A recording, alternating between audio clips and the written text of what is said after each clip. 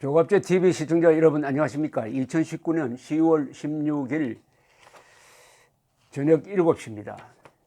조국 정경심 두 사람은 우리 한국 사회에서 갑질을 한다는 게 뭐냐는 것을 잘 보여주고 있습니다. 갑질은 특권이라는 이야기죠. 특권. 그러면서 특권이 아니라고 합니다. 자신들은 희생양이라고 생각을 하는 듯하고 가장 양심적이고 개혁을 할 만한 사람이고 검찰개혁의 불쏘시개가 되겠다고 하는데, 이분들이 말하는 검찰개혁이란 게 검찰장악이고 공수처를 만들어 가지고 대통령 직속의 특수부 하나를 만들어 주겠다는 걸 검찰개혁이라고 국민을 우롱하고 있습니다.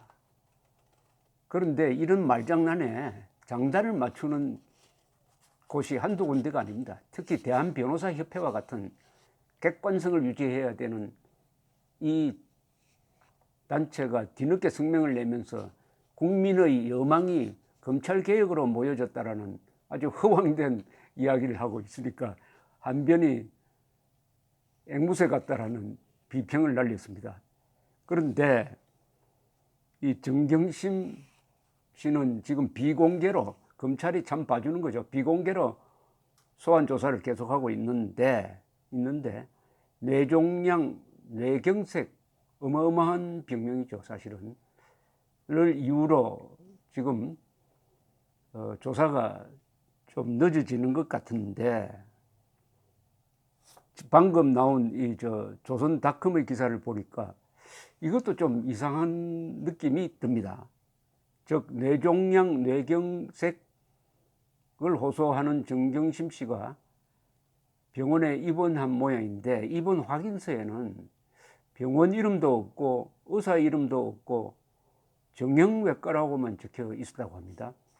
뇌종양, 뇌경색이 정형외과 과목이 아닌데, 그리고 이 공식 문서인데 입원 확인서라는 것은 이 수사를 좀 늦춰달라는 목적으로 내는 문서에 병원 이름도 없고 의사 이름도 없고 정형외과로만 찍힌 이상한 서류를 보냈다, 이렇게 보도가 되었습니다. 보통 사람이 이렇게 할 수 있겠습니까? 보통 사람이. 그런데 계속 검찰개혁, 검찰개혁, 검찰개혁이라고 이야기합니다. 여러분, 검찰개혁이라는 말에 속지 마시고 제 구호만 기억하십시오. 검찰 독립 법원 개혁입니다. 지금 필요한 것은 검찰 개혁과 법원 개혁입니다. 법원 개혁은 명재권 부장판사처럼 기각하는 그런 것을 개혁하자는 겁니다. 김명수 대법원장처럼 사법부를 대통령의 하수기관으로 만드는 그런 행태를 개혁하자는 겁니다. 검찰이든 법원이든 권력으로부터의 독립입니다. 권력으로부터 독립하면 자동적으로 헌법이 명령한 대로 양심과 헌법과 법률에 따라서 독립적으로 심판을 할 수 있게 되는 것입니다. 그런데 검찰개혁 하면서 사법부에 이어서 검찰까지 장악하겠다는 것 아닙니까? 그러니까 이런 이해할 수 없는 행태도 조국식 검찰개혁의 일환이라고 보여집니다. 그러니까 앞으로 검찰개혁이 저 사람들 마음대로 이루어지면은 정권 측 사람들은 손대지 마라, 이거 아닙니까? 손대더라도 저 주변부에 있는 사람 손대고 핵심에 있는 조국 같은 사람들에게는 아무리 비리가 있고 범법 혐의가 있더라도 손대면 안 된다, 이거죠.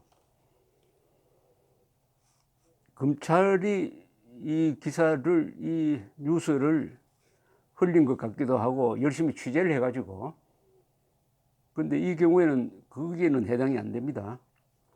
피의 사실 공표자는 해당이 안 됩니다. 지금 정경심 씨는 피의자가 아니고 피고인입니다. 기소된 다음에는 검찰이 기사를 제공을 해도 그게 죄에 해당이 안 됩니다.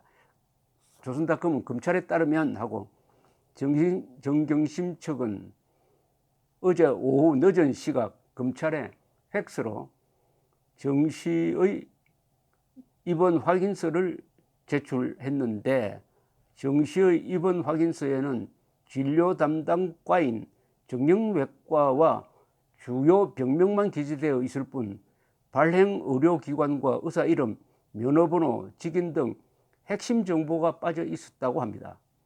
검찰 관계자는 발급기관 등에 대한 정보 자체가 없었다는 게 정확한 표현이라면서 있는 정보를 정씨 측이 가린 것인지 확인서 자체에 처음부터 없었는지 알 수가 없다고 합니다. 이것은 검찰을 우롱하는 거 아닙니까? 발급기관도 없고 의사 이름도 없답니다. 이게 입원 확인서가 될 수 있을까요? 어디에 입원했는지도 모르는데. 팩스를 받은 검찰은 정씨 변호인 측에 입원 확인서를 발급한 의료기관과 의사를 확인해달라고 요청을 했답니다. 검찰은 뇌종양 등을 진단할 때 MRI 촬영, 영상 판독 등이 포함되는 점을 감안하여 정 씨가 이 같은 절차를 거쳤다면 함께 MRI 자료를 제출해달라고 했다고 해요. 근데 뇌경색과 뇌종양은 신경과 또는 신경외과에서 진단한 질병인데 정형외과에서 관련 서류를 받은 점이 참 의문스럽습니다. 의료계 관계자는 이 조선닷컴 기자에게 이렇게 이야기했습니다. 뇌경색, 뇌종양에 대한 정식 진단서는 대학병원 신경과나 신경외과에서 MRI 등 정밀 검사를 받은 뒤 발급받아야 하는데 정형외과에서 진단을 받았다는 것은 이해하기 어렵다.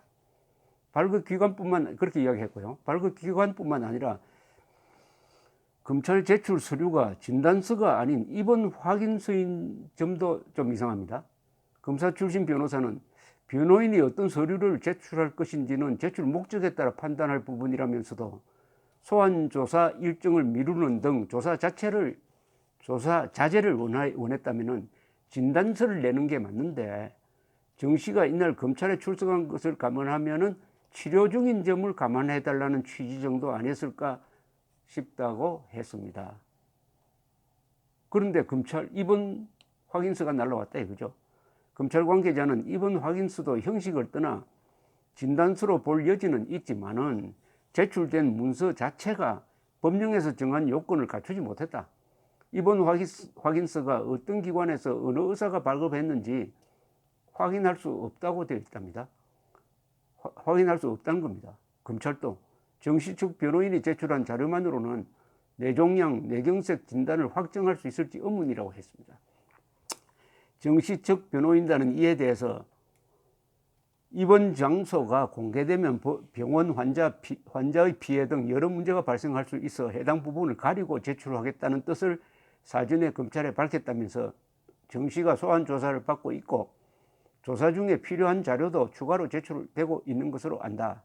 입퇴원 확인서상 진료 담당과가 정형외과로 기재된 것은 정 씨에게 여러 질환이 있는데 정형외과는 협진을 한 여러 진료과 중 하나였기 때문이다 라고 해명을 했는데 여기에 대해서도 전직 검사장은 검찰에 피의자 측이 주장하는 사실을 증명하기 위해 문건을 제출하는데 작성자와 작성기관을 밝히지 않는 채 문건을 제출하는 게 상식적이지는 않다. 원칙의 문제다. 그런데 정씨 측은 입원 장소 등이 언론에 공개될 것이 우려됐다는 입장이지만 정 씨의 검찰 소환 과정은 전혀 지금 공개되지 않고 있습니다. 그러나 기자들이 알 수가 없는데 또 뭐 숨길 것이 있는지 의문이란 거죠. 정 씨의 건강 상태는 조사를 받는데 큰 문제가 없다는 게 검찰의 판단이라고 합니다. 검찰 관계자는 조사 대상자의 건강 상태 언급은 조심스럽다면서도 조사받는데 별다른 문제는 없다고 판단한다. 여러 차례 조사를 해봤으니까 검찰의 이 판단이 존중되어야 되는 게 아닌가 하는 생각이 드네요. 정경심 씨는 이날까지 6번째 검찰 소환 조사를 받았습니다. 이날도 비공개 소환이었다고 합니다. 정 씨는 5번째 소환 조사였던 지난 14일 남편인 조 전 장관의 사퇴 소식을 듣고 건강상 이유로 조사를 중단해달라고 요청했습니다. 검찰은 이를 받아들였고 정 씨는 조사를 열람하지 않고 오후 3시 15분쯤 입원 중인 병원으로 돌아갔다고 합니다. 검찰은 정 씨에 대한 조사를 마무리하는 대로 구속영장 청구 여부를 결정할 계획이라고 합니다.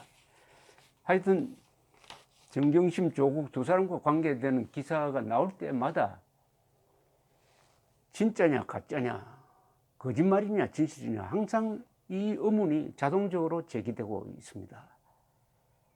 그런 분이 서울대학교 법학대학원에 다시 교수로 돌아가기 위해서 복직 신청서를 팩스로 냈다고 합니다. 서울대학교가 어떤 인재를 양성을 하는지 국민들이 좀 궁금해야 합니다. 문재인 대통령은 이런 사람을 법과 원칙의 소신가로 국민들에게 알렸습니다. 그리고 한국의 법학계를 대표하는 학자라고 했습니다. 그 말이 맞습니까? 감사합니다.